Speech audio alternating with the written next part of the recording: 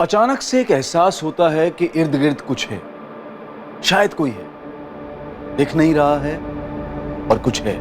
किसी इंसान के साथ कुछ हुआ था, वो इंसान अब है नहीं। क्या एक मृत इंसान अपनी दास्तां बयां कर सकता है? क्या वो किसी तीसरे, किसी अनजाने को कोई सिग्नल भेज सकता है?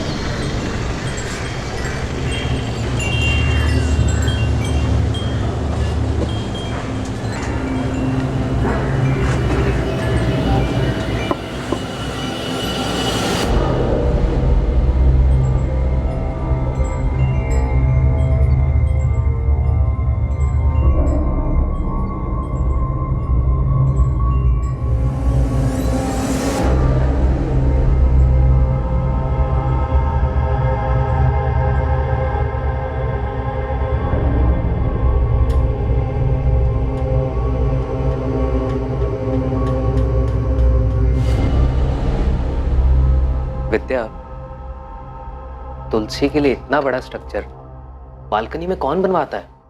क्या मुकुंद, तुम हर दिन एक ही बात पकड़ के बैठ जाते हो यार। यार देखो तो सही, कितना अजीब लगता है ये। क्या अजीब? एक तुलसी तो है वहाँ। तुलसी थी जो कि पता नहीं कितने टाइम पहले सूख चुकी है, और एक छोटे से पौधे के लिए इतना बड़ा स्ट्रक्चर। हाँ तो बनवाया होगा। मुकुंद देखो, हम यहाँ रेंट पर रहते हैं तो इतना एडजस्ट तो करना ही पड़ेगा ना। अच्छा ठीक है, जब तुम अपना घर बनवाना तो वहाँ ऐसा कुछ मत बनवाना, ओके? यार मैं इसलिए बोल रहा हूँ क्योंकि देखो वो कितनी जगह घेर रहा है, कितना अजीब है सब कुछ, और वो पौधा ना जाने कितने टाइम पहले सूख चुका है। तो हम वहाँ नया पौधा लगवा देंगे। वैसे भी तुलसी का होना घर के लिए शुभ होता है, क्या बोलते हो? वो घर नए शादीशुदा जोड़े मुकुंद और विद्या ने किराए पर लिया, लेकिन वो तुलसी क्यारा इतना बड़ा, इतना अजीब था कि मुकुंद चाहकर भी उसे अनदेखा नहीं कर पाता था। उसकी वजह से मुकुंद बेचैन हो जाता था, और अब मुकुंद और विद्या को इस घर में एक दिल दहला देने वाला अनुभव होने वाला था।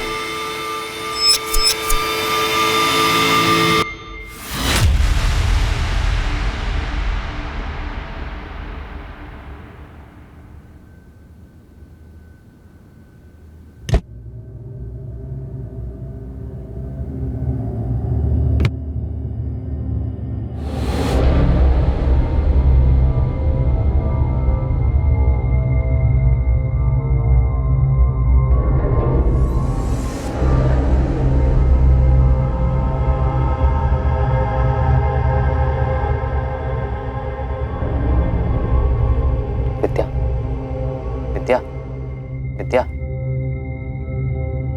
क्या हुआ मुकुंद? यार वो तुलसी क्यारा। यार तुम्हें नींद में भी वही दिखाई देता है क्या? ये कोई वक्त है इस बारे में बात करने का? नहीं यार, मतलब कितना अजीब लगता है वो। अरे अजीब तुम लग रहे हो, रात को भी वही बात लेके बैठ गए। तुम्हें और कोई थॉट नहीं आ रहा है क्या आजकल? नहीं यार, कुछ अटपटा सा है। तो जाओ मुकुंद। विद्या मेरी बात तो सुनो प्लीज। यार सुबह मैंने माली को बुलाया, वो आके दूसरा पौधा लगा देगा। अभी प्लीज सो जाओ, मुझे भी सोने दो।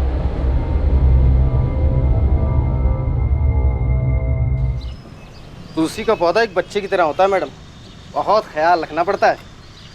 रोज पानी दो, गमले की साफ सफाई रखो, और धूप भी मिलती रहनी चाहिए, वरना मुरझा जाती है तुलसी। जी भैया, मैं पूरा ध्यान रखूंगी। हाँ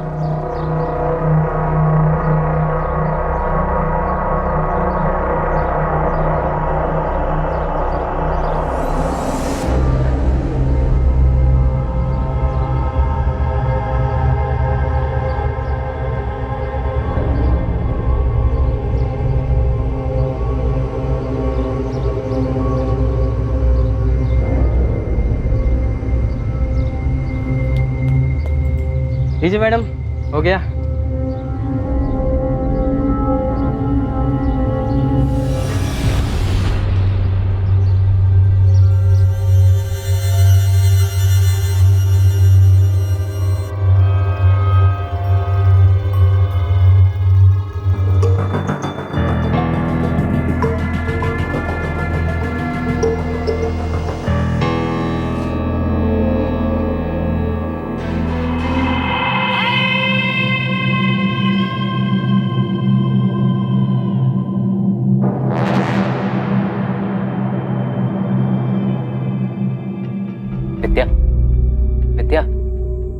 विद्या, अरे यार अब क्या है मुकुंद, प्लीज फिर से शुरू मत हो जाना तुम। यार उस तुलसी क्यारे को देखकर लगता है जैसे किसी ने अपना सामान लाकर हमारे घर में रख दिया हो। यार इतना बड़ा क्यों बनवाया है वो? मुझे क्या पता मुकुंद। तुम्हें नहीं लगता कि कुछ अजीब है? इतना बड़ा कौन बनवाता है? तुम एक काम क्यों नहीं करते, कल रमन भाई से बात करो, देखो वो क्या बोलते हैं।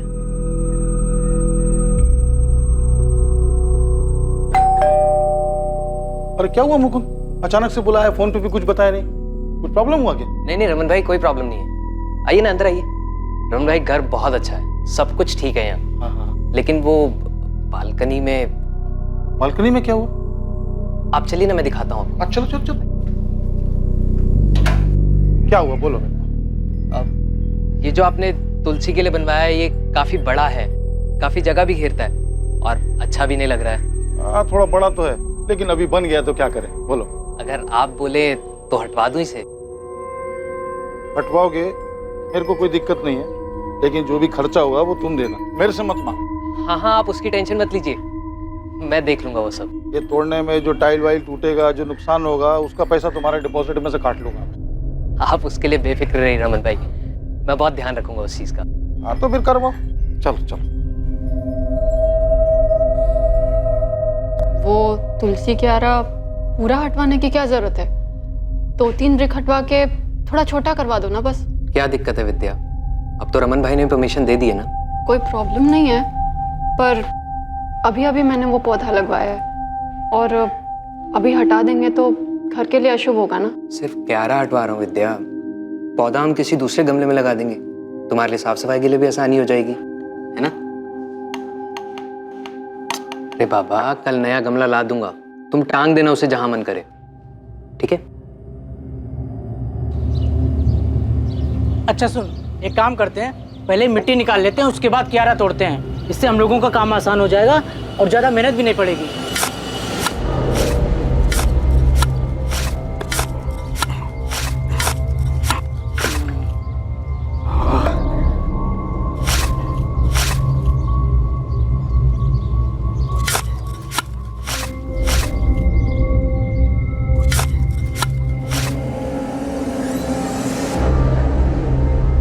अबे ये क्या है? कपड़ा जैसा कुछ है क्या है यार? चल खींच, खींच, राजू खींच। भैया, भाभी, अरे क्या हो गया, क्यों चिल्ला रहे हो? भैया देखो उसमें है क्या अंदर, देखो भाभी देखो।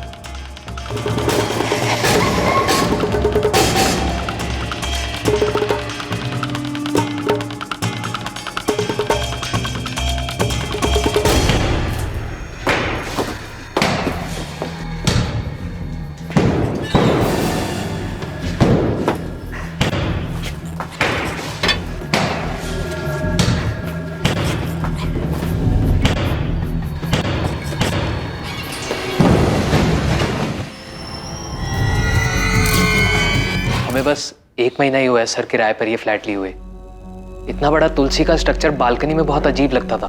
मैंने मकान मालिक से बात की, उन्होंने तोड़ने की परमिशन दी। जब तोड़ने लगे तो उसमें से ये कंकाल निकला। मकान मालिक कौन है, नाम क्या उसका? रमन सरवैया नाम है सर। मैंने फोन किया है, वो आते ही होंगे।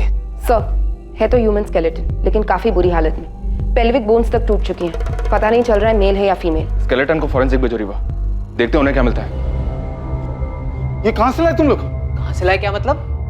अरे हम कहाँ से लाएंगे, आपका घर है, आप जानो कहाँ से आया। मन रहते तो तुम होने, और तुमने जिद किया था वो तुलसी क्यारा तोड़ने के लिए। उससे पहले तो कुछ नहीं निकला यहाँ पे। कैसी बात कर रहे हो रमन भाई, 1 महीना हुआ मैं यहाँ पे आए हुए और तुलसी क्यारा के अंदर से निकला है ना वो, तो आपको नहीं पता होगा कहाँ से है वो? पता तो आप ही को होना चाहिए।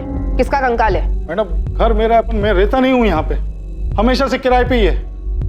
और अब तो किराए पे भी कोई नहीं लेगा, सब डर जाएंगे। कितना नुकसान हो गया मेरा। रमन जी, आपको इस बात का जरा सा भी अंदाजा है कि क्या हुआ यहाँ पे?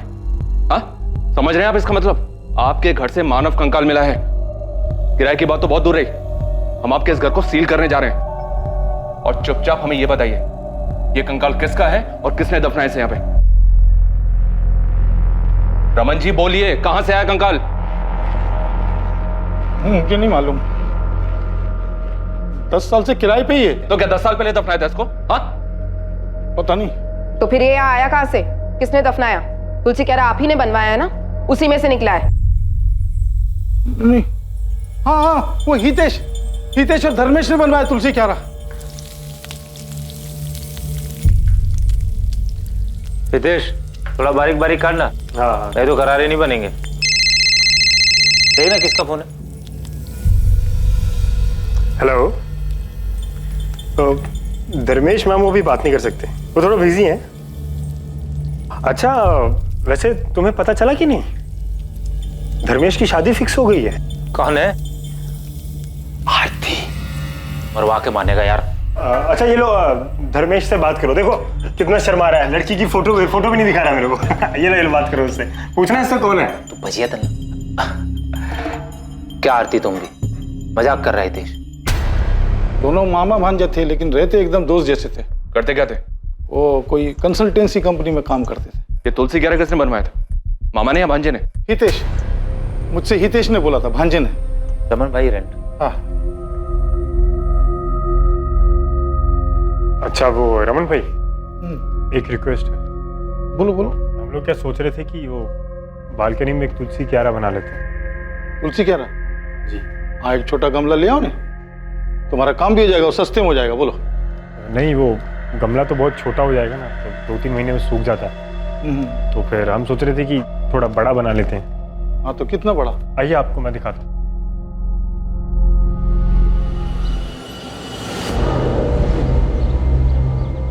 यहाँ पे समझ लो 2 फीट या 3 या 4 फीट। अरे इतना बड़ा क्यों?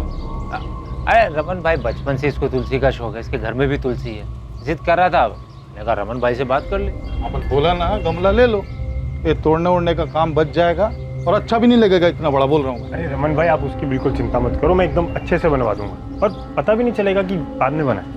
अरे रमन भाई बनवाने दो। प्लीज रमन भाई। अच्छा सुनो, अगर बनवाना है ना तो अपने खर्चे पे बनाना, मैं दूंगा नहीं पैसा एक भी। हाँ, और नुकसान नहीं होना चाहिए। चलो बनाओ, अगले महीने आता हूँ।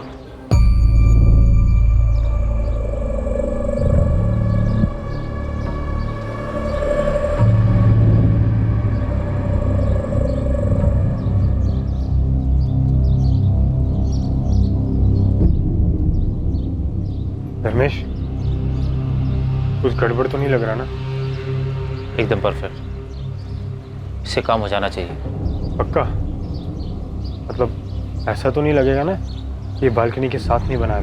नहीं, सही हो गया। फिर भी एक बार चारों ओर से देख के बताओ ना, मतलब पक्का कुछ पता नहीं चल रहा है ना?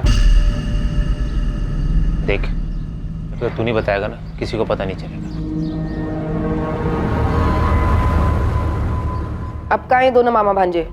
पता नहीं मैडम, बाद में पता चला कि दोनों गायब हैं। मतलब मिसिंग? कैसे और कब से गायब है? ये तो पता नहीं, लेकिन यहाँ से जाने के कुछ दिन बाद गायब हो गए। कहाँ गए किसी को मालूम नहीं।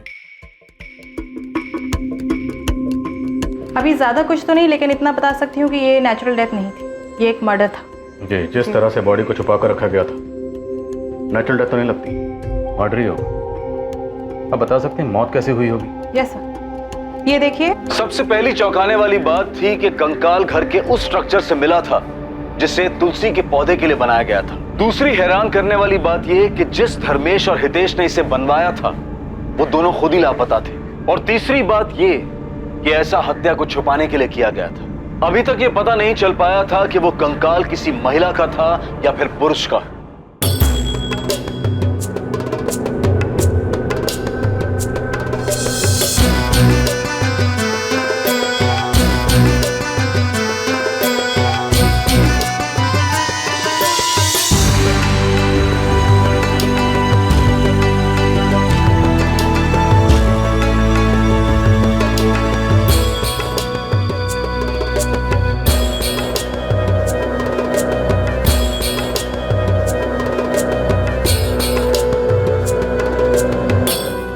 घर खाली कब किया उन दोनों ने?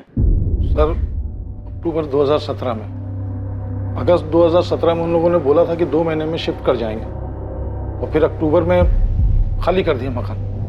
हितेश, ये धर्मेश क्या छे? वो ऑफिस गया है ना। अच्छा रमन भाई, मैं क्या बोल रहा था कि जो हमारा एग्रीमेंट है ना, वो अक्टूबर में ख़त्म हो रहा है। हाँ क्यों? नहीं बस वो हम लोग शिफ्ट करने की सोच रहे थे। क्या अचानक से कोई प्रॉब्लम है? नहीं नहीं, ऐसा कुछ नहीं है, बस हम लोग थोड़ा बड़ा घर देख रहे हैं अभी। सर अक्टूबर 2017 में जब एग्रीमेंट खत्म हुआ तो उन लोगों ने मकान खाली कर दिया। धर्मेश आया था चाबी देने के लिए। अरे धर्मेश, नमस्ते। नमस्ते, आओ अंदर आओ। अरे धर्मेश, इतनी सुबह सुबह? वो रमन भाई फ्लैट की चाबी देने। हाँ लेकिन तुम लोग तो शाम को जाने वाले थे ना। हाँ बस अभी सुबह जाने का प्लान हुआ, सोचा जाना तो है, पूरा दिन आराम करने से अच्छा है अभी निकल लेते। हाँ अभी आ गए हो तो चाय वाय कुछ पियोगे? नहीं रमन भाई, वो हितेश सामान की गाड़ी के साथ वेट कर रहा है। जा कहाँ रहे? अभी तो मैंने और रितेश ने मुंबई जाने का प्लान किया है, देखो क्या होता है। मुंबई सरस है, बहुत कुछ है वहाँ, कुछ ना कुछ हो ही जाता है। अच्छा चलता। तो वो मामा भांजा दोनों मुंबई से मिसिंग हुए? नहीं ये तो पता नहीं सर, लेकिन खाली करने के 15 दिन बाद नवंबर 2017 में पार्क चौक पुलिस ने मुझे बुलाया था। अब मैं कैसे बताऊं कि हितेश धर्मेश किधर है? मेरे घर से तो 15 दिन पहले चले गए वो लोग। अब धर्मेश मेरे को बोला कि उसका और हितेश का मुंबई जाने का प्लान है। सर उन दोनों में से किसी ने हमें कुछ भी नहीं बताया, इसलिए तो हमने मिसिंग कंप्लेंट भी लिखवाई है। इतना धर्मेश ने मेरे को बताया उतना मैं बता दिया, बाकी मालूम नहीं। धर्मेश ने तुमसे और कुछ कहा था? वो लोग मुंबई में कहाँ जा रहे हैं, वहां जाके क्या करेंगे? सच पूछो तो इतना जोर दे के मैंने पूछा भी नहीं। सर पिछले 15 दिन से दोनों में से किसी से कोई बात नहीं हो पाती। ना तो मेरे बेटे धर्मेश का फोन लगता है और ना ही मेरे नाती हितेश का। सर मेरी भी हितेश भैया से 15 दिन पहले ही बात हुई थी और उस पर भी वो मैसेजेस से कांटेक्ट में थे।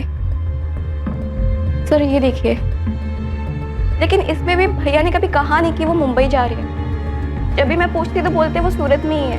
मेरा बेटा धर्मेश भी ऐसे ही कॉन्टेक्ट में था, मैसेज से, लेकिन 15 दिन पहले उसका मोबाइल भी स्विच ऑफ हो गया। रमन, ये सब कुछ तेरे घर से जाने के बाद ही हुआ है और सिर्फ तू है जो कह रहा है कि वो लोग बॉम्बे गए हैं। सच सच बता, कहाँ है वो दोनों? मुझे क्या मालूम धर्मेश ने मुझे ही मुंबई जाने के बारे में क्यों बोला। तो वैसे भी वो मेरे फ्लैट पे किराए पे रहता था, कोई मेरे साथ नहीं रहता था। अक्टूबर में उसका एग्रीमेंट खत्म हो गया तो वो लोग खाली कर दिया। वो हितेश और धर्मेश के खाली करने के बाद यानी अक्टूबर 2017 से लेके अभी कुछ दिनों तक 2 अलग अलग लोग किराए पे रहे उस मकान में, और उनके खाली करने के बाद ये मुकुंद और विद्या आए थे। सर 1 महीने के लिए भी खाली नहीं रहा। बहुत लकी मकान है वो। तुम्हारे उसी लकी मकान में से कंकाल निकला है? हाँ सर निकला है सर, सबको ये खबर भी हो गई है। तो समझ नहीं आ रहा मैं क्या करूं। सबको पता चल गया, कोई किराए पे भी नहीं रहेगा वहां, और बेचूंगा तो बिकेगा भी नहीं वो।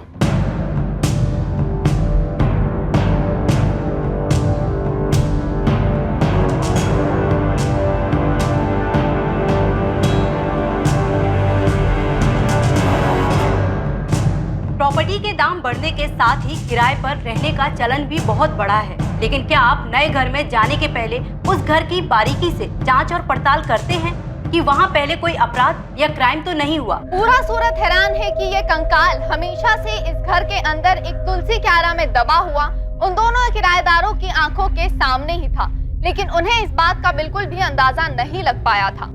तुलसी क्यारा यहाँ रहने वाले 2 पुराने किराएदारों ने बनवाया था, जो कि खुद भी अभी लापता है। तुम्हें वो तुलसी क्यारा याद है ना? कैसे भूल सकता हूँ भाभिनी। यार मैं सोच रहा हूँ कहीं और काम देख लो यार। यहाँ तो रात रात भर सिर्फ गधा मजदूरी करवाते हैं और साला इतनी मेहनत के बाद सैलरी के नाम पर अकाउंट में सिर्फ चिल्लर ही आता।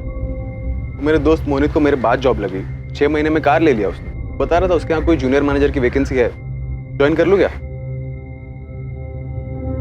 भाभिनी ध्यान क्या तुम्हारा? कुछ नहीं रौनक, बस मैं यही सोच रही थी कि बालकनी में इतना बड़ा तुलसी क्यारा बनवाने की क्या जरूरत थी। हद है यार, मतलब मैं क्या पूछ रहा हूँ, तुम क्या बोल रही हो यार? इस हैरत अंगेज क्राइम की पल पल की खबर हम आप तक पहुंचाते रहेंगे, बने रहिए हमारे साथ। हितेश और धर्मेश के बाद जो किराएदार रहने के लिए आए थे, क्या नाम बताया उनका? वो रौनक और भाविनी सर। अभी कहाँ है? एड्रेस तो नहीं पता सर, लेकिन सूरत में ही है कहीं। फोन नंबर तो होगा? जी। धर्मेश और हितेश को अब ढूंढना मुश्किल होगा शायद। हम लोग हर जगह देख चुके, मुंबई पुलिस की भी मदद ली थी, इनके फोटोज और डिटेल्स वहां भी भिजवाए, लेकिन कुछ निकला नहीं। तो क्या केस वैसे ही रह गया? और कर भी कह सकते, किसी करीबी को कोई अंदाजा नहीं और दोनों की फैमिलीज को कुछ भी नहीं पता।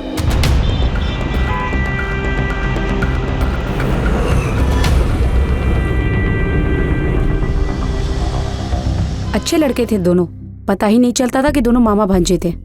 उम्र में कुछ ज्यादा फर्क नहीं था, पर दोनों का स्वभाव बहुत ही अच्छा था। कोई गर्लफ्रेंड वर्लफ्रेंड थी उनकी? ये तो नहीं पता कि वो कौन थी, पर एक लड़की थी जरूर जो कभी कभी आती थी। क्या नाम था? अब नाम तो नहीं जानती, लेकिन वो धर्मेश के साथ दिखती थी कभी कभी।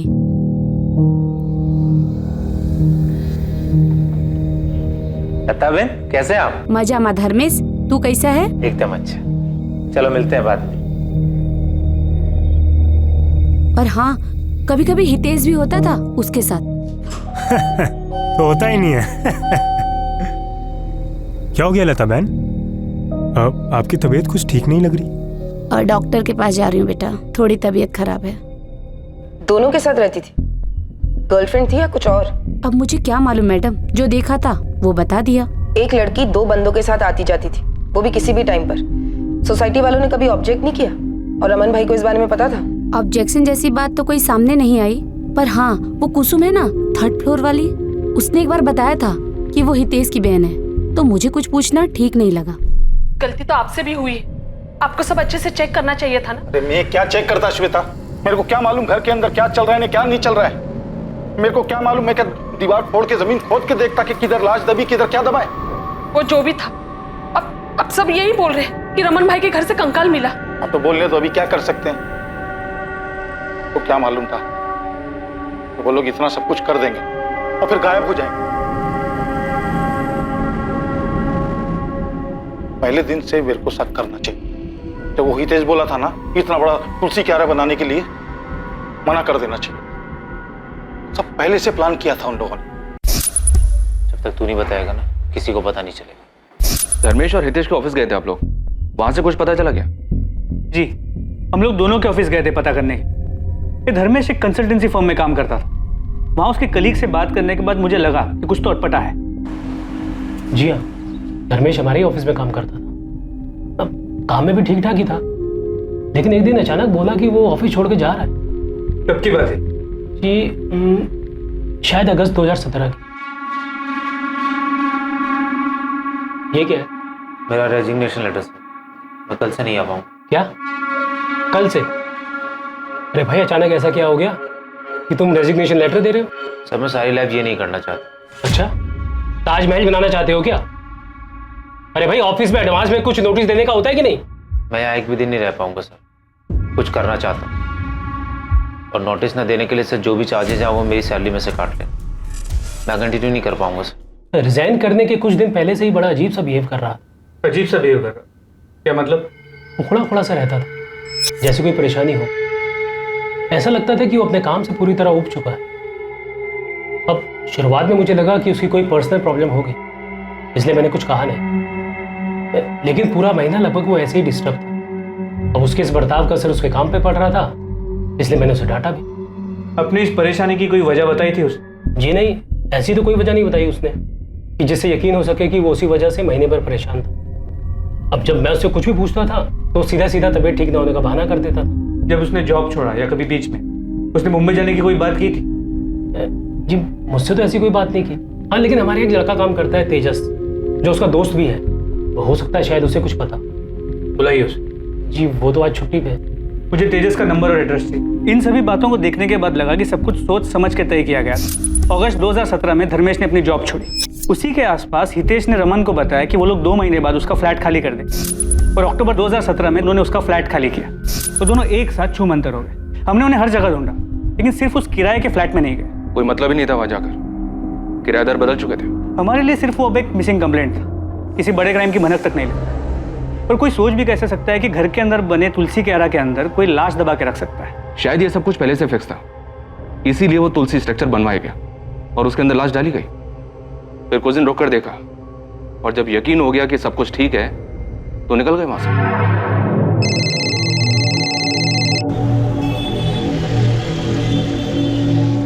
हाँ रीवा बोलो। सर, धर्मेश और हितेश के एसके अपार्टमेंट वाले पड़ोसियों से बात हुई। पता चला है किसी लड़की का उनके घर आना जाना था। लड़की कौन थी वो? नाम एड्रेस कुछ पता चला क्या? नहीं, अब तक नहीं सर। ठीक है, पता करो। किसी लड़की के बारे में पता चला था आप लोगों को जो उनके घर आती जाती हो? हाँ, इन्वेस्टिगेशन के दौरान एक आरती चावड़ा का नाम सामने आया था। धर्मेश के दोस्त तेजस ने भी उसके बारे में बताया।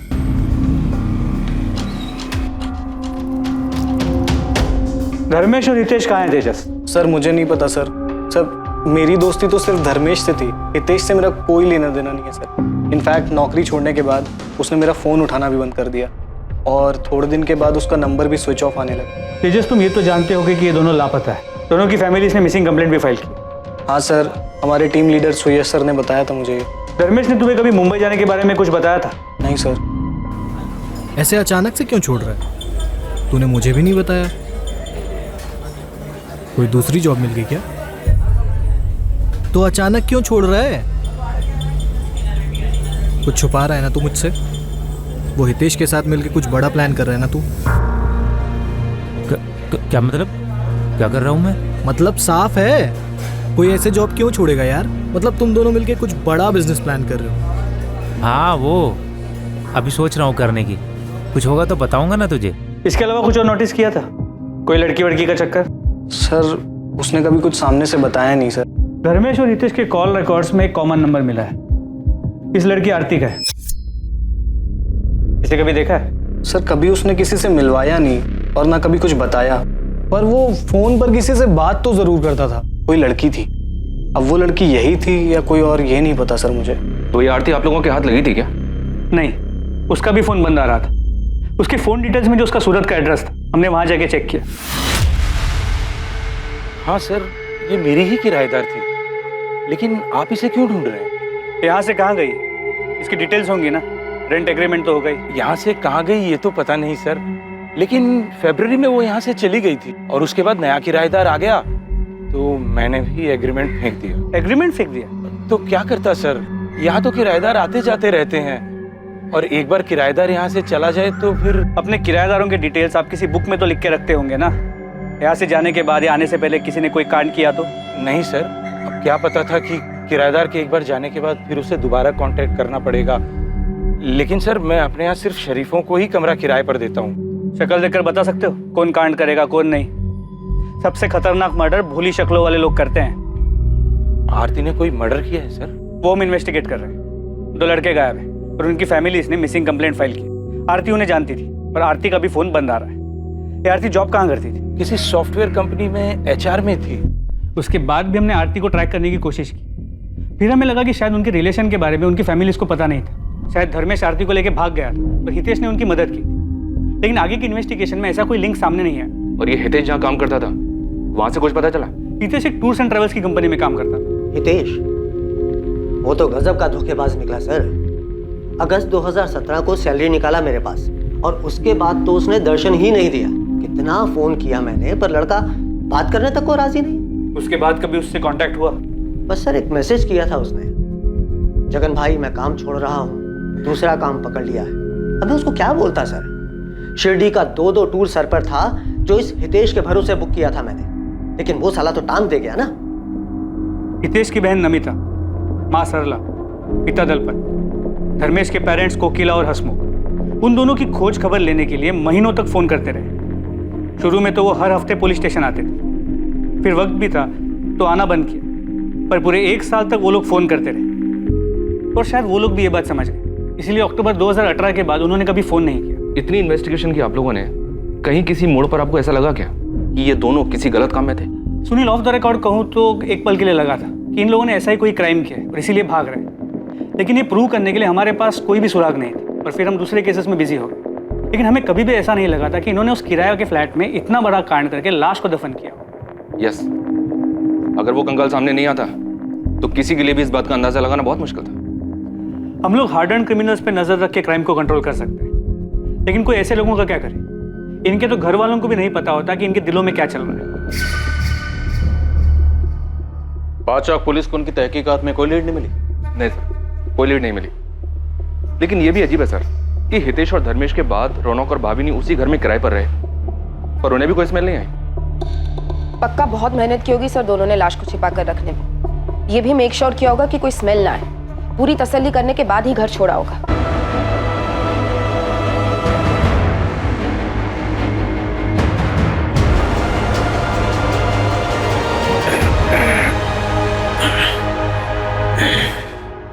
धर्मेश, ऐसे तो कुछ नहीं होगा। हमें ध्यान देना होगा कहीं कोई बदबू ना आए। हाँ हितेश, हमें समय समय पे चेक करना होगा। अगर पड़ोसियों को बदबू आ गई ना, हम फंस जाएंगे। ये आरती भी हमारे लिए पहेली बनी हुई है। रुपेश, कहीं वो कंकाल आरती का तो नहीं?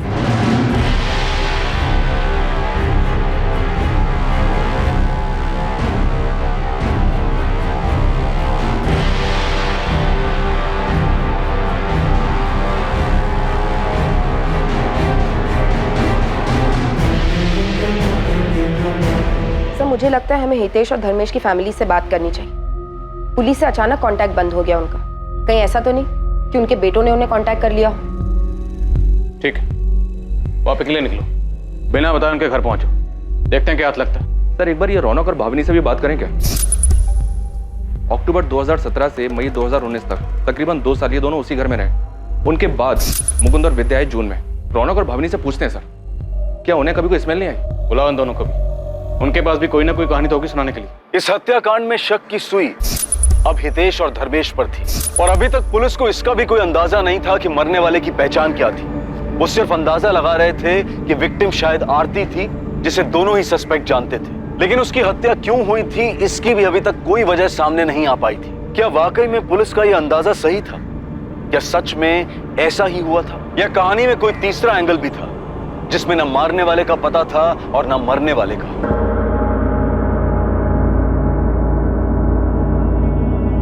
पुलिस की एक टीम हितेश और धर्मेश की फैमिली को ढूंढते हुए गुजरात के एक छोटे से शहर वापी पहुंचती है, जहां हितेश और धर्मेश की फैमिली रहती थी। दूसरी तरफ सूरत पुलिस ने रमन के पुराने किराएदार रौनक और भाविनी को पूछताछ के लिए थाने बुलाया, जो कि उस घर में धर्मेश और हितेश के जाने के बाद रहने आए थे।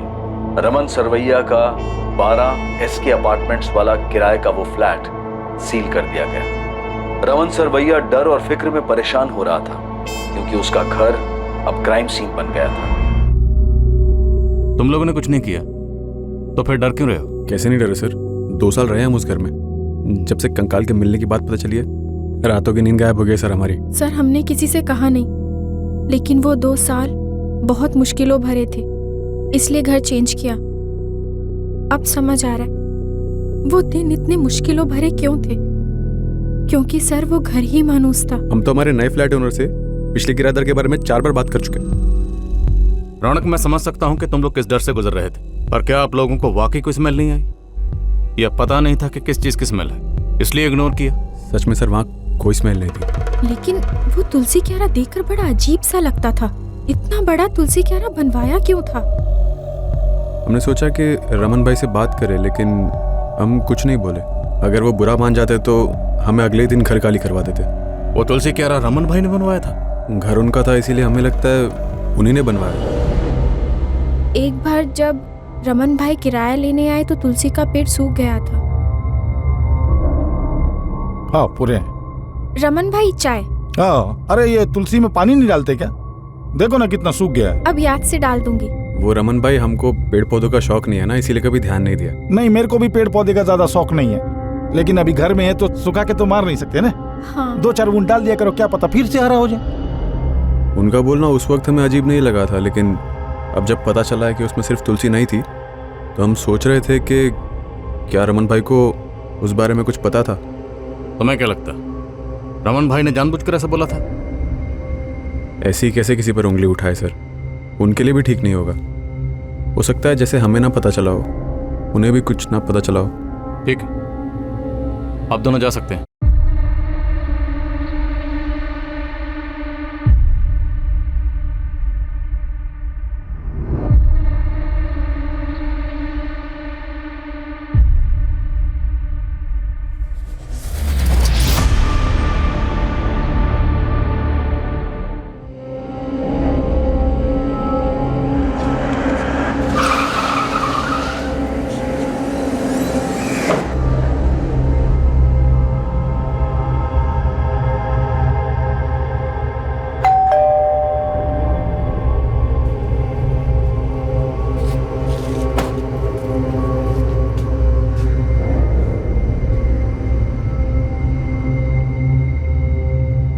वो दोनों जिस घर में रहते थे वहां से कंकाल मिला है हमें। उस घर में तुलसी, क्यारा, धर्मेश और हितेश नहीं बनवाया था। कंकाल? मतलब हड़पिंजर? हाँ, लाश छिपाई है उन्होंने, जो कंकाल बनकर अब सामने आई है। हमें शक है कि दोनों ने मिलकर मर्डर किया है, इसीलिए 2 सालों से फरार है। क्या बोल रही है मैडम आप? एक तो आप उन दोनों का पता नहीं लगा पा रही है और ऊपर से इस तरह का बेकार इल्जाम लगा रही है उन पर। देखो, बेवजह नाम मत घसीटो दोनों का। कोई सबूत है या बस ऐसे ही तुम्हारे वादों की तरह तुम्हारे दावे भी खोखले, हवा हवाई? इसलिए तो आए हम लोग यहाँ पे। बस एक बार वो दोनों हाथ लग जाएं, वो खुद आप लोगों को बता देंगे। फिलहाल आप लोग हमें बताइए कि वो दोनों कहाँ हैं। हम कैसे बताएं मैम? जाके अपनी पुलिस से पूछिए ना। हमने तो मिसिंग कंप्लेंट दर्ज करवाई थी दोनों की, तब तो आपको कुछ नहीं मिला था। साथ मत दीजिए उनका। मर्डर हुआ है यहाँ प्लान तरीके से। मान लीजिए हमारे बच्चों ने ऐसा कुछ किया हो जो कि हो नहीं सकता। चलिए एक बार के लिए मान लेते, और ये भी मान लेते हैं कि हमें पता था, तो फिर हम पुलिस स्टेशन में मिसिंग कंप्लेंट करवाने क्यों जाते? एक लड़की के बारे में पता चला हमें, जिसका उनके घर पे आना जाना था। आरती नाम है उसका, धर्मेश की गर्लफ्रेंड थी। कुछ पता है आप लोगों को उसके बारे में? सच में हमें कुछ नहीं पता। उन दोनों ने हमें कुछ भी नहीं बताया था। इससे पहले जो पुलिस आई थी ना, उन्हें भी हमने ये सारी बातें बता दी थी। मैम, पहले वाली पुलिस को भी आरती के नाम के अलावा उसके बारे में कुछ नहीं पता था। और एक बात, आपके आंगन में जो तुलसी का पौधा है, हितेश को पसंद था क्या? हाँ मैडम, उसे रोज सुबह तुलसी के पत्ते खाने की आदत थी। आप दोनों एक बात याद रखिए, धर्मेश और हितेश अपराध करके भागे हुए मुजरिम हैं। उन दोनों में से किसी को भी छुपाना अपराध करने जैसा ही है। तो अगर कुछ भी पता चले तो आप लोग हमें इन्फॉर्म करेंगे तुरंत।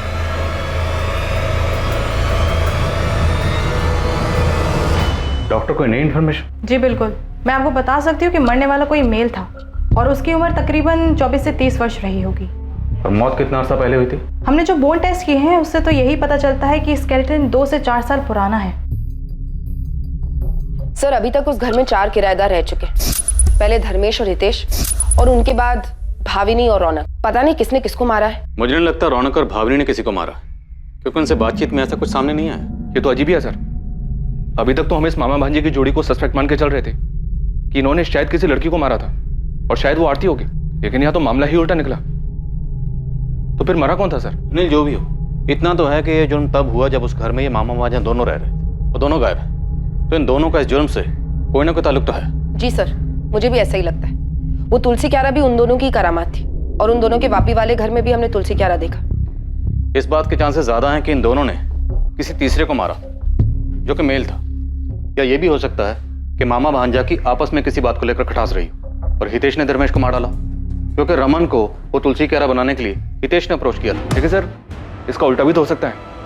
हो सकता है धर्मेश ने हितेश को मारा हो, क्योंकि मकान मालिक को चाबी देने के लिए धर्मेश ही गया था। दोनों ना से ही कोई एक तो पकड़ में आए जो हमें सच बता सके कि असल में वहां हुआ क्या। या फिर हमें ये आरती ही मिल जाए।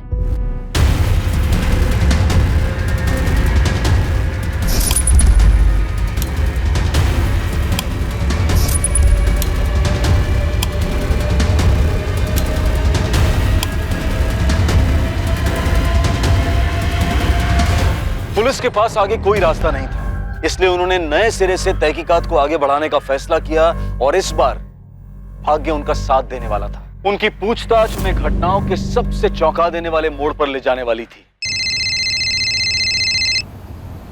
अरे कोकिला, देखो तो किसका फोन है? नाम नहीं है, किसी लैंडलाइन से है। हेलो, राणा नगर पुलिस स्टेशन से एएसआई रीवा सेठ बोल रही हूँ। हाँ मैडम, धर्मेश और हितेश मिल गए क्या? नहीं, लेकिन इतना कंफर्म हुआ है कि जो कंकाल मिला है वो किसी आदमी का। क्या हुआ? क्या बोल रहे? हेलो? हाँ मैडम, उनकी कोई खबर आई क्या? नहीं हसमुख जी, लेकिन उनके किराए वाले मकान से जो कंकाल मिला था, इतना कंफर्म हो गया है कि वो कंकाल किसी आदमी का है। उस कंकाल के आइडेंटिफिकेशन के लिए हमें डीएनए टेस्ट करवाना पड़ेगा, जिसके लिए आपका और कोकिला जी का डीएनए सैंपल चाहिए। अरे पर हम क्यों सैंपल देंगे? हमारा क्या लेना देना है डीएनए से? देखो वो आदमी कौन है, क्या है, हमें क्या पता? देखिए हसमुख जी, अभी तक हमें भी नहीं पता चला है कि किसका मर्डर हुआ, लेकिन पूरी संभावना है कि हितेश या धर्मेश दोनों में से एक हो सकता है। संभावना है? मतलब अभी तक तुम लोग संभावनाओं पर ही टिके हुए हो? अभी कुछ दिन पहले तुमने अंदाजा लगाया था कि वो दोनों मर्डरर है, और आज तुम अंदाजा लगा रहे हो कि वो दोनों विक्टिम है।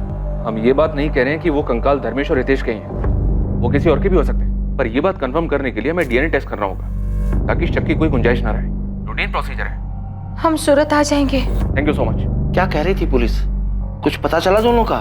पुलिस कह रही है कि जो कंकाल उन्हें मिला है वो हितेश या धर्मेश में से किसी का हो सकता है।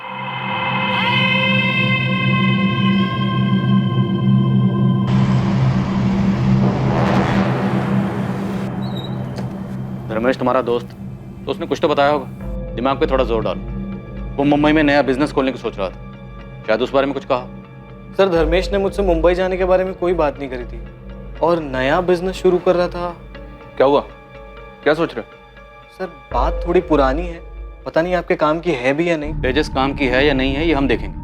तुम्हें जो भी पता है बताओ। सर एक बार धर्मेश ने मुझसे कहा था कि वो अपना फोटो स्टूडियो शुरू करना चाहता है। Dharmesh photo studio? हाँ सर, कॉलेज में उसने फोटोग्राफी का कोर्स भी किया था। फोटोग्राफी के बारे में तो हमें किसने कुछ नहीं बताया। सर 4 या 5 साल पुरानी बात है, जब उसने कंसल्टेंसी फर्म ज्वाइन करी थी तब उसने मुझे बताया था। सही है यार, तू ना निकाला ये, बताया नहीं यार तूने कभी कि तू इतना बेहतरीन फोटोग्राफर है। इस फर्म में क्या कर रहा है तू? बाहर निकल, बहुत पैसा है फोटोग्राफी में। तुझे क्या लगता है मैंने ट्राई नहीं किया होगा? खुद का स्टूडियो था मेरा, कुछ करना चाहता था, सोचा था, बस जरूरी नहीं ना जो सोचे वो हो जाए। क्यों, ऐसा क्या हुआ? याद मत दिला। उस नरेंद्र को अपना पार्टनर बनाया, दोनों ने मिलकर साथ पैसों का जुगाड़ किया, स्टूडियो खोला, लेटेस्ट इक्विपमेंट डाले, सब अच्छा चल रहा था। फिर पता नहीं किसी ने उसके कान भर दिए, धोखा दिया उसने मुझे। काफी झगड़ा हुआ हम दोनों के बीच में, फिर खटास इतनी बढ़ गई स्टूडियो बंद करना पड़ा। तुम जानते हो इस नरेंद्र को? इसके बारे में और कुछ बताया था? नहीं सर, धर्मेश ने बताया था कि वो उसका कॉलेज का फ्रेंड है। सर धर्मेश ने अपने कंपनी वाले रेज्यूमे में अपने कॉलेज का नाम Shankar Mulchandani college of arts and commerce लिखा है। तेजस, जिस झगड़े का जिक्र धर्मेश ने किया था वो बड़ा झगड़ा था, मतलब मारपीट हुई थी? वो तो पता नहीं, पर इस बारे में बात करते समय बहुत उदास हो गया था वो। ठीक है, हो सकता है इन्फॉर्मेशन हमारे कुछ काम की, लेकिन अगर तुम्हें कुछ भी याद आए तो तुरंत हमें कॉन्टेक्ट करना। Okay sir. उसके कॉलेज में पता करें सर, हो सकता है ये धर्मेश नरेंद्र के बैच का ही हो। हाँ पता करो, अच्छा खासा बिजनेस था, हो सकता है कि नरेंद्र की वजह से हाथ से निकला। किसी बहाने से बुलाया नरेंद्र को वहां पर सालों पुरानी भड़ास निकालने के लिए। अब मुमकिन है कि वो स्केल्टन नरेंद्र का। पता करता हूँ सर। जी नरेंद्र नाम का एक स्टूडेंट था हमारा, धर्मेश वगेला की ही क्लास में था वो। 2011 में ही ग्रेजुएट हुए थे दोनों। कोई कांटेक्ट नंबर या और कोई डिटेल है आपके पास? कांटेक्ट नंबर तो नहीं है, लेकिन एड्रेस है उसका। वो देहरादून से ही था। ठीक है, एड्रेस दीजिए।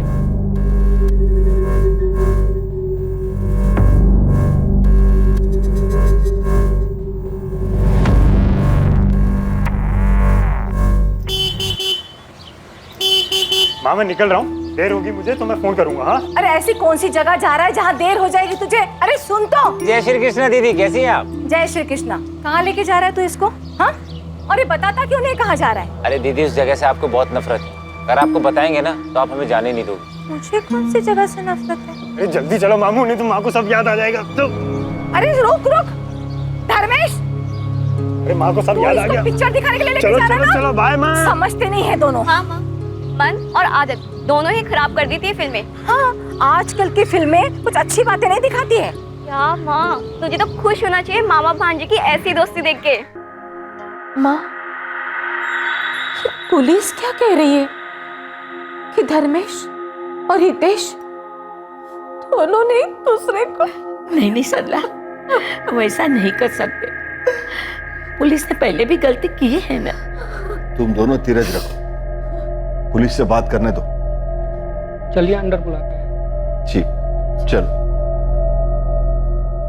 हमने सुना वो तुलसी कह रहा तुमने बनवाया था। नहीं, आपको किसने बोला? क्यों, एक और मर्डर करने का इरादा है क्या? भावनी ने बताया, उसी भावनी ने जिसे तुम बार बार तुलसी क्यारे में पानी डालने के लिए बोलते थे। बड़ी चिंता थी तुम्हें सूखे हुए तुलसी के पौधे की? नहीं नहीं, वो तो तुलसी का पौधा था तो मैंने देखा तो बोल दिया पानी डालो, वरना मेरा कोई और इरादा नहीं था। मैं क्यों बोलता इतने बड़े पहाड़ जैसे तुलसी क्यारे में पानी डालने के लिए? अगर वो तुलसी क्यारा तुम्हें इतने अजीब लग रहा था, पहाड़ जैसा लग रहा था, तो धर्मेश और हितेश के जाने के बाद उसे तोड़वाया क्यों? अरे वो तो मैंने इसलिए नहीं तोड़वाया कि इतना मजदूर लगते, 1000-1500 खर्चा हो जाता मेरा, तो मैं सोचा कि जो किराए पे आएगा वो अपने आप करा लेगा, उसका सिर दर्द। प्लान अच्छा था, पर तुम भूल गए कि तुम्हारा भांडा तो एक न एक दिन फूटना ही था। और ये काम किया विद्या और मुकुंद ने। और वो तुलसी कह रहा तुमने इसलिए नहीं तुड़वाया क्योंकि तुम जानते थे कि उसके अंदर क्या है। तुमने सोचा मौका अच्छा है, अनजान बन के पीछे छुड़ा लेता हूँ। नहीं नहीं नहीं, मैं कसम खा के बोल रहा हूँ, मेरे को कुछ नहीं मालूम था कि उसके अंदर क्या कोई लाश है कि कंकाल है, मालूम नहीं था। मालूम होता तो मैं क्यों तुड़वाने को बोलता, अपने पैर पे कुल्हाड़ी क्यों मारने को बोलता।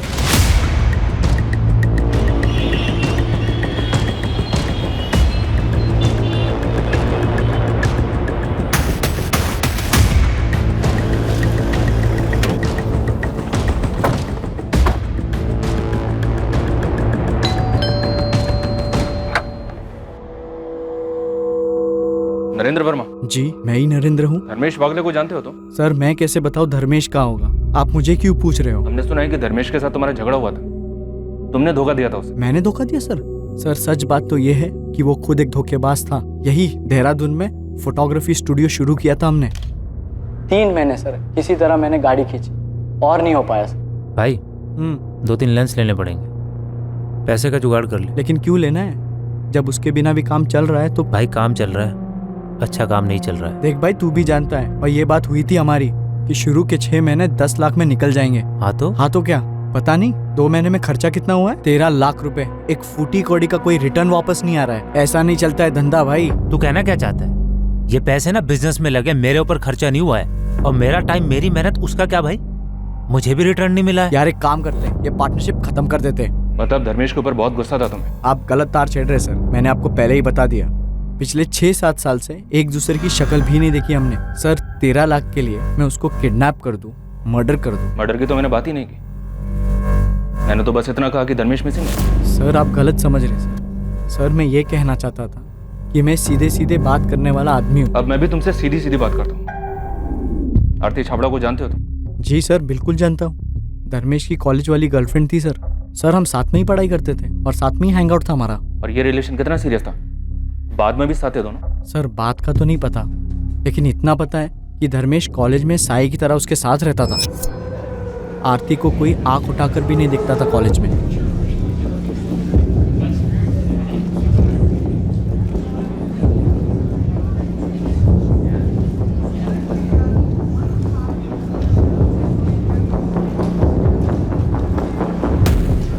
एक मिनट,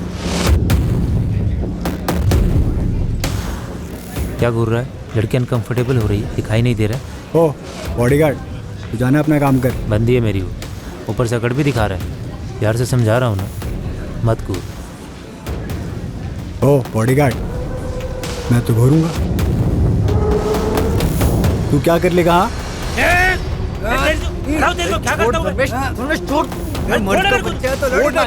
अरे छोड़ना यार। क्या तुम बता सकते हो आरती हमें कहाँ मिल सकती है? सर अब वो कहाँ होगी ये तो नहीं पता, लेकिन मैं आपको उसके घर का पता दे सकता हूँ, यही देहरादून में। एड्रेस दो उसका। जहां एक तरफ देहरादून गई पुलिस अब तक हाथ ना आने वाली आरती चावड़ा तक पहुंचने के करीब थी, वहीं दूसरी तरफ सूरत में कुछ चौंकाने वाले घटनाक्रम सामने आने वाले थे जो पुलिस के सामने सवालिया निशान की तरह खड़े होने वाले थे। क्या थी ये खबर?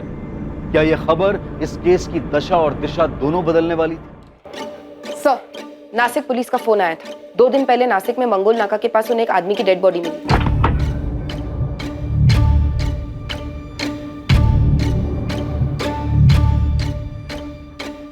शायद अक्यूज जल्दबाजी में विक्टिम का आईडी प्रूफ निकालना भूल गया। विक्टिम की आइडेंटिफिकेशन धर्मेश वाघेला के नाम से, लेकिन मर्डर के बाद पत्थर से उसका चेहरा बिगाड़ दिया गया। अगर धर्मेश की बॉडी नासिक में मिली है तो कंकाल किस गहजों में मिला? हितेश या फिर किसी और का जिसके बारे में हमने सोचा ही नहीं? आरती, क्या इन दोनों मर्डर्स के पीछे आरती? हो सकता है सर, ये डेड बॉडी मिलने के बाद तो हमारा पूरा केस ही उलट गया।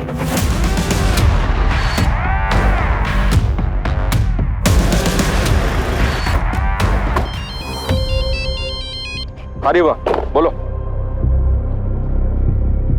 व्हाट? धर्मेश की डेड बॉडी मिली है? आरती के घर पहुंच गया हूं मैं, देखता हूं यहां से क्या मिलता है। जी, हमें आरती से बात करनी है। आप? Sub inspector Sunil Goradiya, Gujarat police. लेकिन वो तो सूरत में रह रही है सर, पिछले 3 सालों से। सूरत में किस जगह? धर्मा रोड के पास। आरती काम क्या करती है वहाँ? जी सर, वो HR मैनेजर है। किसी धर्मेश को जानते हैं आप लोग? धर्मेश नहीं सर। ताजुब, आपको नहीं पता? कौन है ये धर्मेश सर? धर्मेश आरती का बॉयफ्रेंड है। तुम्हें कुछ पता था इसके बारे में? नहीं जी, मुझे भी अभी पता चल रहा है। पर हुआ क्या सर? धर्मेश की डेड बॉडी मिली हमें, और उसका भांजा हितेश मिसिंग है। जिस घर में धर्मेश और हितेश किराए पर रहते थे, हमें पहले वहां कंकाल मिला, और अब धर्मेश की बॉडी। इन सबसे आरती का क्या लेना देना सर? भरत जी, आरती सूरत में एक ऐसी अकेली इंसान है जिसे धर्मेश और हितेश जानते थे। मैं आरती को फोन करता हूँ सर। नहीं, आप उसे कॉल नहीं करेंगे। उसका कॉन्टैक्ट नंबर और एड्रेस हमें दीजिए, और जॉब डिटेल्स भी। तो ना, इसमें आरती की ही भलाई है। अगर हमारे यहाँ से जाने के बाद आप उसे इन्फॉर्म नहीं करेंगे तो। ये क्या बोल रहे हैं आप? क्या हुआ? किसका फोन था? पुलिस बोल रही है कि धर्मेश की लाश मिली। जी सर, आरती के पेरेंट्स तो बता रहे कि वो सूरत में ही है। उसका एड्रेस और फोन नंबर मिला है। रीवा गई है उसे उठाने उस एड्रेस पर। जल्दी।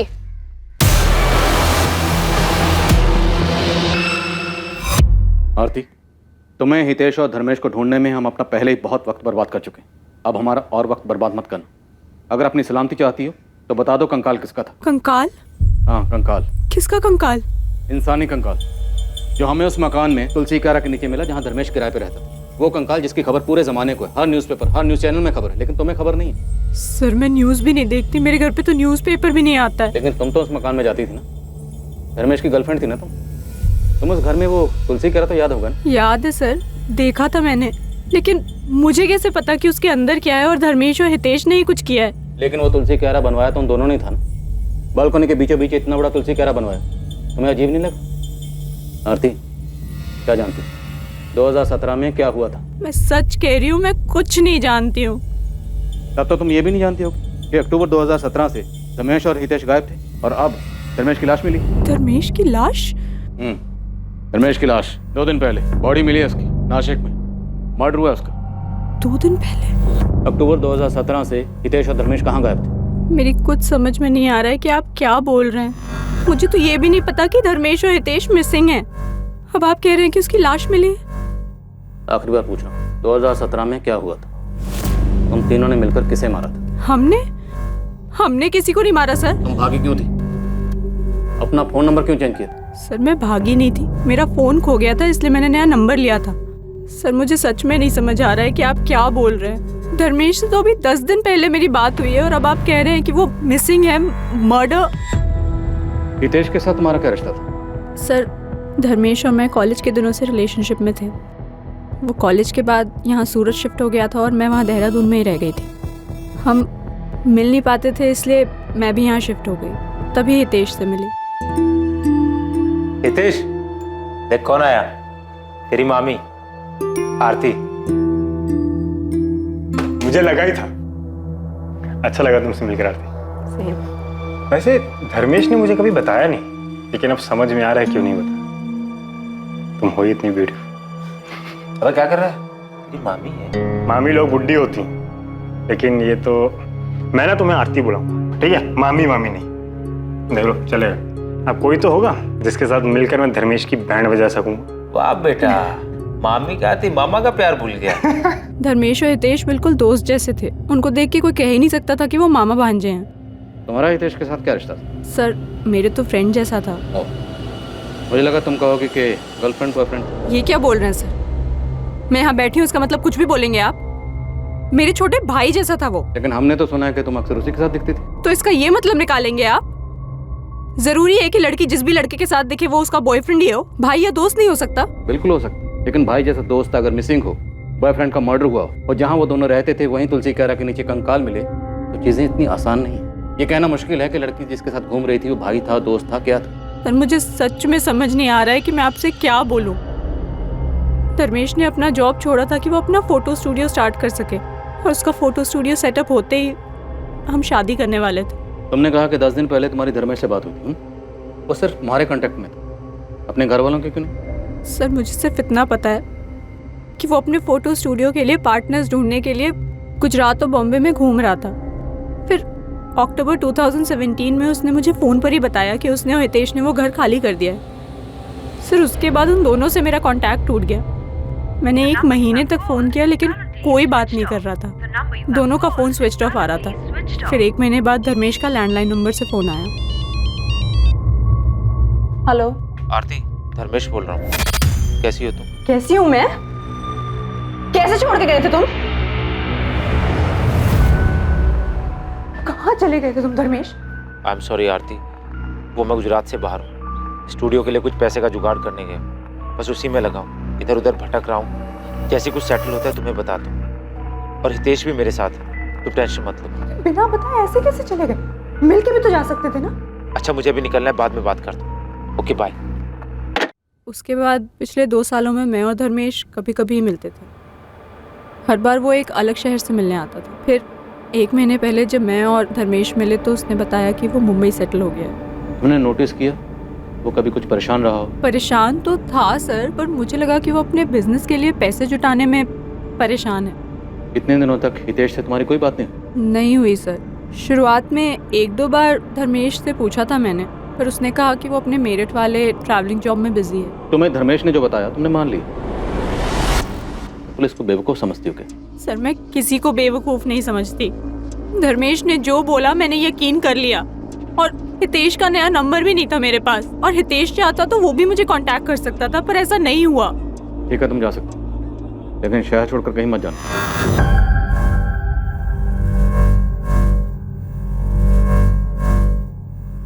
झूठ बोलिए लड़की। हाँ सर, जवाब देते वक्त कुछ और ही सोच रही थी। जब धर्मेश और हितेश के गायब होने के बारे में पूछा तो बात घुमा दी, और लड़की के चेहरे और आंखों में वो तकलीफ बिल्कुल नहीं है जो एक लड़की के अपने बॉयफ्रेंड और होने वाले पति की मौत की खबर सुनकर होनी चाहिए। शायद कुछ छुपा रही है सर। मुझे लगता है वो कंकाल हितेश का ही था, धर्मेश के साथ मिलकर मार डाला होगा। अब क्यों मारा, क्या वजह थी, ये हमें ये आरती बता सकती है। फिर हमें कंकाल मिला। आरती और धर्मेश को पता चल गया होगा कि पुलिस उनको ढूंढ रही है। बात हितेश के मर्डर की थी तो हो सकता है धर्मेश को गिल्ट फील हुआ हो।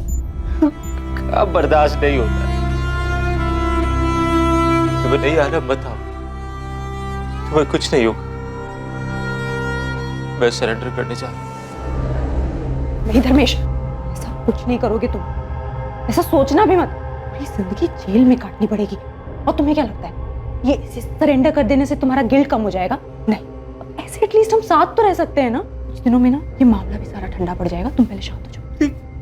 तुम्हें लगता है मामला ठंडा पड़ जाएगा आरती? ये कोई चोरी और 420 का केस नहीं, ये मर्डर है। मैं जा रहा हूँ सरेंडर करने। मैं जा रहा हूँ आरती। नहीं धर्मेश, लेकिन अगर धर्मेश पुलिस से कन्फेस करता तो आरती को पता था कि आरती भी जुर्म में शामिल है। सजा उससे भी होगी, जो शायद आरती को मंजूर ना होगा। तो हो सकता है इसीलिए आरती ने धर्मेश को मार डाला या मरवा डाला। धर्मेश को मारना पड़ेगा, लेकिन हाँ, ध्यान रहे एक्सीडेंट लगना चाहिए।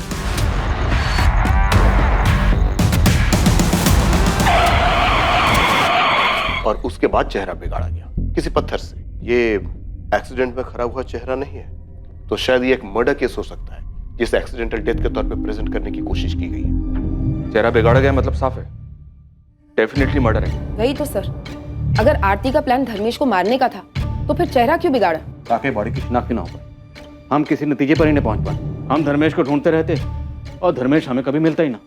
और ये आरती हमारे सामने बेचारी गर्लफ्रेंड की एक्टिंग करती रहती, हमें यही कहती कि मेरा प्रेमी मुझे धोखा देकर भाग गया और मर्डर कर दिया उसने। और हमें भी यही लगता कि बेचारी गर्लफ्रेंड कितना सच बोली, जबकि उसका असली सच हमारे सामने कभी ना आता। सर, हमने कहीं आरती को छोड़कर गलती तो नहीं कर दी? अगर ऐसा है तो वो भाग भी सकती है। The number you have called is currently switched off.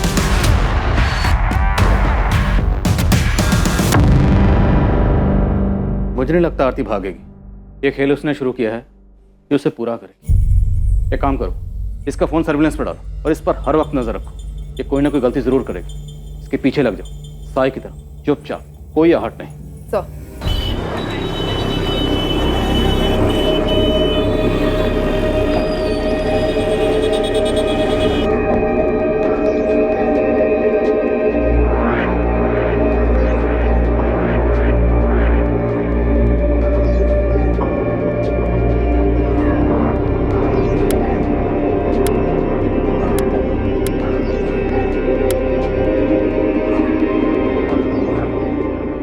जो बॉडी नासिक पुलिस को एक्सीडेंट साइट से मिली थी, उसकी शिनाख्त के लिए धर्मेश की फैमिली को बुलाया गया। चेहरा बिगड़ा होने के बावजूद कोकिला वाघेला ने अपने बेटे धर्मेश की लाश को पहचाना। उसका अंतिम संस्कार हुआ। पुलिस भी वहां मौजूद थी और उनकी नजर आरती पर भी गई, जो फैमिली से दूर खड़ी थी। उसके चेहरे पे तो साफ दिख रहा था कि वो दुखी है, लेकिन धर्मेश की मौत की संजीदगी उसकी आंखों में नहीं झलक रही।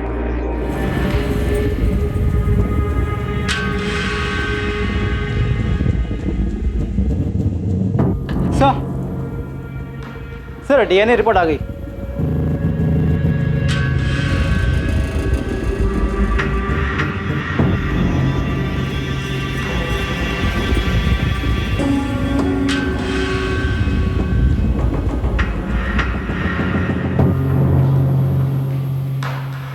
मेरी तो कुछ समझ में ही नहीं आ रहा है कि सब क्या हो रहा है।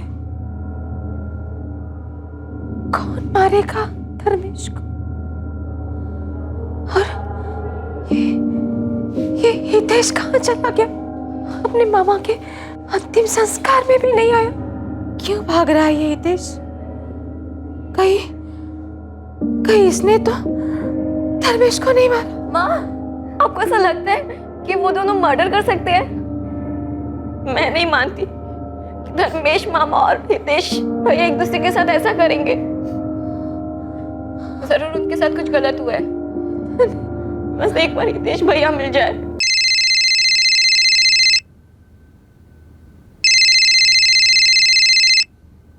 शायद पुलिस का फोन है। हेलो,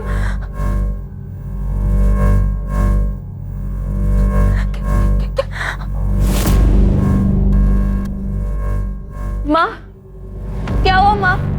बोलो माँ। सरला, क्या कह रही थी पुलिस? कंकाल हितेश का ही है। कंकाल की आइडेंटिटी के खुलासे ने केस को पलट कर रख दिया था। जहां शुरुआत में हितेश सोलंकी और धर्मेश वाघेला मर्डर के जुर्म में मुख्य संदिग्ध थे, वहीं अब दोनों पीड़ित करार हो चुके थे। कंकाल हितेश का था, यह तो साबित हो चुका था, लेकिन क्या सच में धर्मेश की मौत भी एक्सीडेंट की आड़ में एक मर्डर था? आखिर 2 साल पहले ऐसा क्या हुआ था? इन 2 सालों में धर्मेश कहां था? और सबसे ज्यादा जरूरी सवाल ये कि इन दोनों की हत्या की साजिश के पीछे कौन था?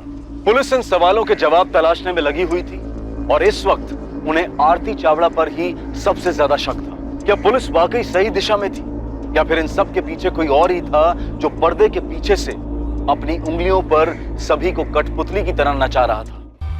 सर, आरती अपने घर से निकल चुकी। हमारी कांस्टेबल लगी है उसके पीछे।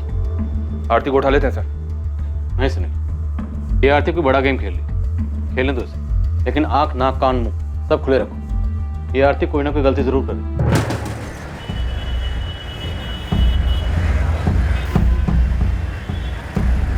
The number you have called is currently switched off.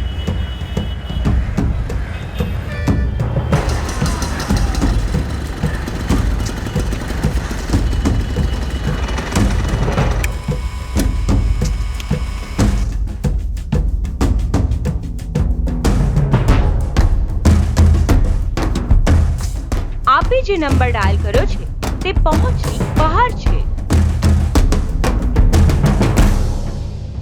पिछले कुछ दिनों से काफी परेशान हूँ। मैंने पूछा भी, लेकिन कुछ बताती ही नहीं है। चुप छुपाकर किसी के साथ फोन पर बात करती है क्या? सर, किसी से बात होती है या नहीं होती ये तो मुझे नहीं पता, लेकिन मैंने उसे बार बार फोन करते हुए देखा है। कभी उदास हो जाती है और ज्यादातर चिड़चिड़ी रहती है। कोई अंदाजा है आपको कौन है वो जिसे फोन करती है? नहीं सर, इससे ज्यादा कुछ नहीं पता।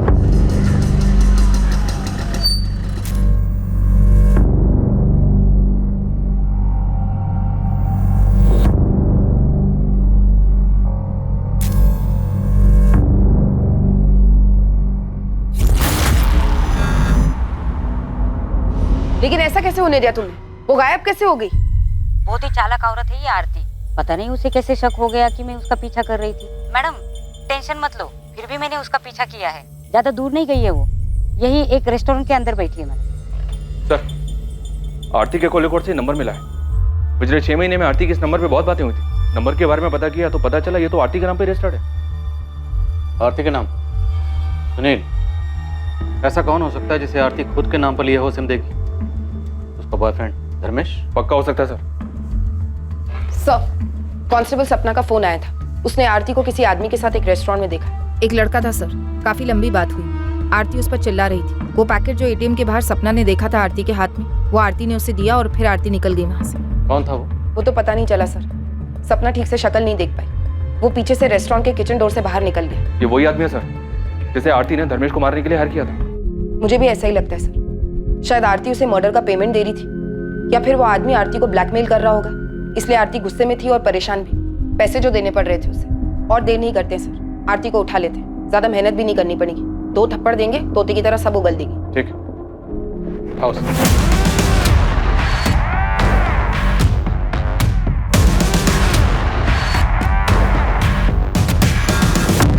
तो तुमने धर्मेश को मरवाया।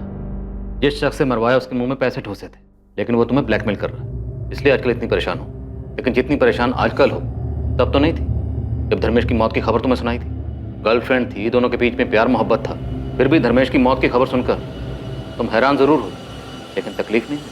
तुम्हें आइडिया है कि क्या हुआ होगा? तुमने और धर्मेश ने मिलकर हितेश को मार डाला, लेकिन जब हितेश का कंकाल मिला धर्मेश घबरा गया, डर गया और सरेंडर करने की बात करने लगा। अब तुम्हें लगा कि अगर धर्मेश ने सरेंडर कर दिया, उसने अपना जुर्म कबूल कर लिया, तो तुम भी लपेटे में आओगे, इसलिए तुमने धर्मेश को मरवा डाला। बोलो, तुमने और धर्मेश ने मिलकर हितेश को क्यों मारा? तुम्हारे धर्मेश और हितेश के बीच में क्या हुआ था? अपने आप मुंह खोलेगी या जबरदस्ती करनी पड़ेगी? बोल, धर्मेश को कैसे और क्यों मारा? बताती हूँ। सर, मैंने किसी को नहीं मरवाया। जैसा आप सोच रहे हैं वैसा बिल्कुल नहीं है। मेरा किसी के मर्डर में कोई हाथ नहीं है। तो किसका हाथ है? गोल गोल मत घुमाओ, सीधा मुद्दे पे आओ। धर्मेश का है। धर्मेश का? तो तुम्हारी ये लव स्टोरी मर्डर मिस्ट्री में कैसे तब्दील हुई? तुमने और धर्मेश ने मिलकर हितेश को क्यों मारा? सर, मैंने किसी को नहीं मारा। इनफैक्ट मुझे तो ये भी नहीं पता था कि वो आप लोगों से छुपकर यहाँ वहाँ घूम रहा है। फिर उस दिन जब आप लोगों ने बताया कि उसकी लाश मिली है तो मैं खुद शॉक में थी। मेरी अभी तो उससे बात हुई थी। अभी बात हुई मतलब? सर, उस दिन जब आपने मुझे बताया कि धर्मेश की लाश 11 तारीख को मिली, और मेरी खुद उससे फोन पे 12 तारीख को बात हुई। धर्मेश जिंदा है तो वो कौन था जिसकी बॉडी नासिक में मिली? तुमने और धर्मेश ने मिलकर किसे मारा? सर, मैंने किसी को नहीं मारा। किसने मारा? सर, मैंने किसी को नहीं मारा। मुझे तो खुद समझ नहीं आ रहा है कि ये सब क्या हो गया है। तो ये सब कुछ तुमने उस दिन क्यों नहीं बोला पुलिस स्टेशन में? क्योंकि प्यार करती हूँ मैं उससे। मैं खुद पूछना चाहती थी, उसके मुंह से सुनना चाहती थी कि उसने आखिर किया क्या है। उस दिन यहाँ से निकलने के बाद मैं उसका फोन ट्राई कर रही थी, लेकिन उसका फोन बंद आ रहा था। इसी बात की तसल्ली करने के लिए मैं उसके अंतिम संस्कार में भी गई। आखिर वो बॉडी है किसकी? धर्मेश की तो नहीं है। कल सडनली उसका मुझे फोन आया तो मैंने उसे मिलने के लिए कहा। पैसे लाई हो? हाँ, लाई हूँ। और हितेश कहाँ है? कुछ बोल क्यों नहीं रहे हो? कहाँ है हितेश? और वो कंकाल किसका था? कुछ तो बोलो। पुलिस मुझे परेशान कर रही है।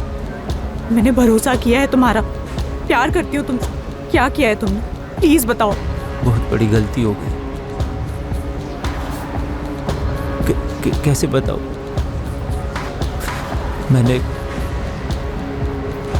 हितेश को मार दिया। वो कंकाल भी हितेश का है। तो पुलिस जो बोल रही है वो सच है? इन्हीं हाथों से मारा हितेश को, और कोई रास्ता नहीं बचा था। उसे मारने के बाद मैं बहुत डर गया था। समझ ही नहीं आ रहा था कि उसकी डेड बॉडी के साथ क्या करूं। फ्लैट से बाहर तो बिल्कुल नहीं ले जा सकता था उसको। फिर मेरी नज़र हितेश के बनाए उस बड़े से तुलसी क्यारा पर पड़ी।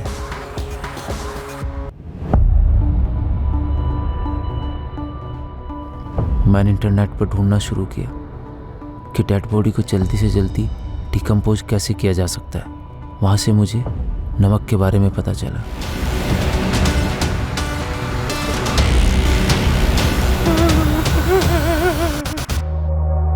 मुझे पता था मेरे पास वक्त नहीं है।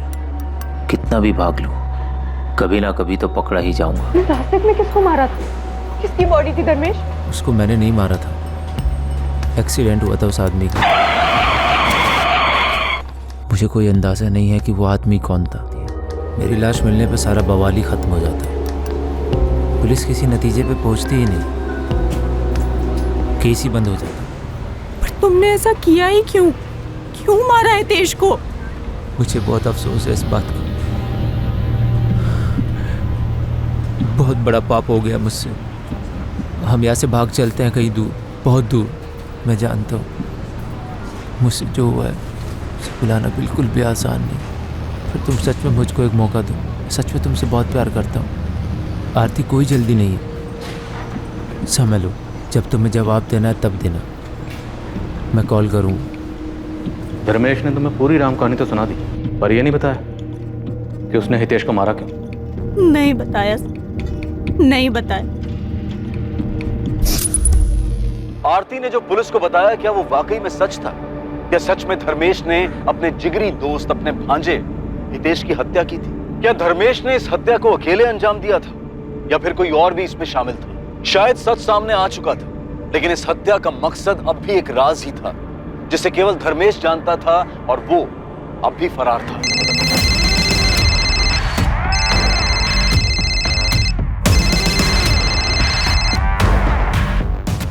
हेलो,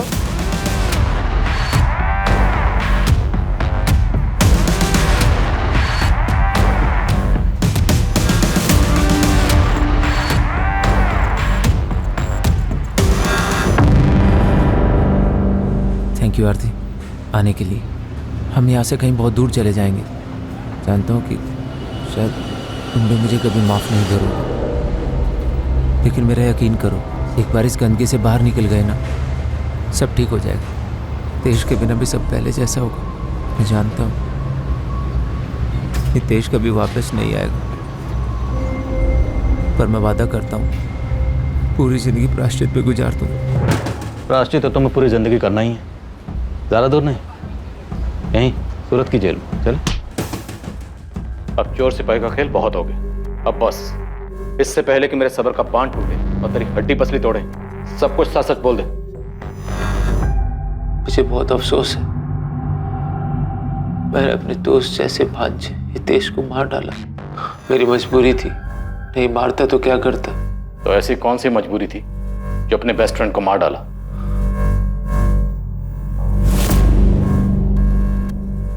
शुरू से ही हितेश आरती के साथ मजाक करने लगा था, तब मुझे कोई तकलीफ नहीं हुई। फिर धीरे धीरे मैंने देखा कि आरती ने भी हितेश में इंटरेस्ट लेना शुरू कर दिया। मैंने फिर भी कोई सवाल नहीं किया, लेकिन उनके बीच की करीबी खुल के सामने आने लगी थी।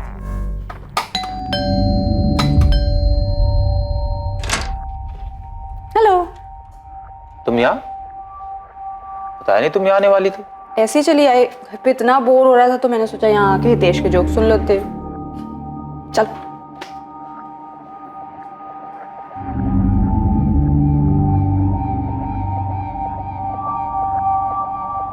वो पहली बार था जब शक ने मेरे मन में घर किया।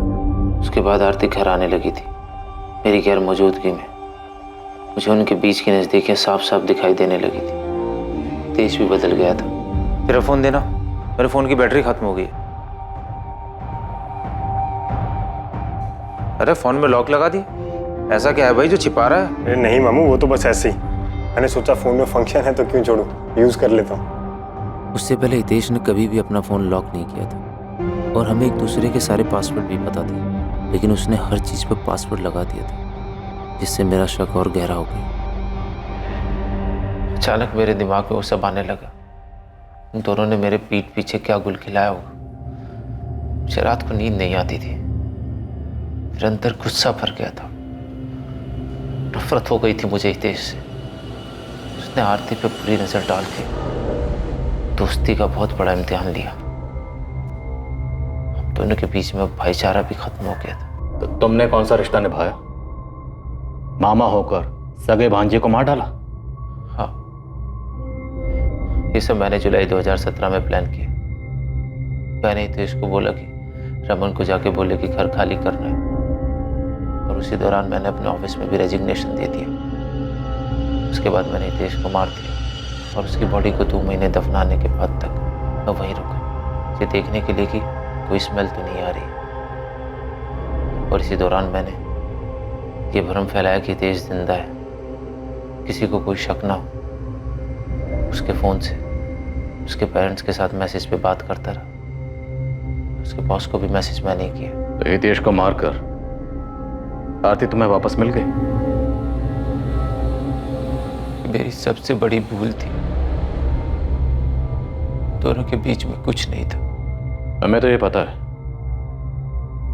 लेकिन तुम्हें कब यकीन हुआ कि उन दोनों के बीच में वाकई कुछ नहीं था? हितेश की मौत के काफी दिनों के बाद मैं आरती से मिला। उसने हितेश को लेकर कुछ ज्यादा सवाल नहीं किए, मुझे लेकर परेशान थी और उसे मुझ पर भरोसा भी हो गया था। तब मुझे यकीन हुआ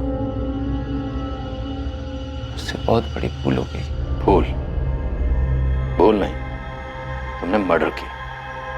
महज शक की बुनियाद पर तुमने किसी की जान ले ली। तुम कह रहे हो तुमसे भूल हो गई, और मुझे पूरा यकीन है कि तुम्हें सख्त से सख्त सजा देने में कानून कोई भूल नहीं करेगा।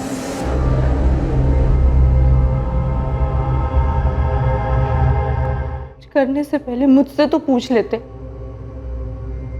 हितेश छोटे भाई जैसा था मेरे, तुम्हारे छोटे भाई जैसा था। आरती मैंने बस करो धर्मेश, सुनने को कुछ नहीं छोड़ा तुमने। प्यार भरोसा सब बर्बाद कर दिया। पूछती रही, तुमने कभी नहीं बताया। अब तुम्हें क्या लगता है ये सब कुछ होने के बाद मैं तुम्हारा साथ दूंगी?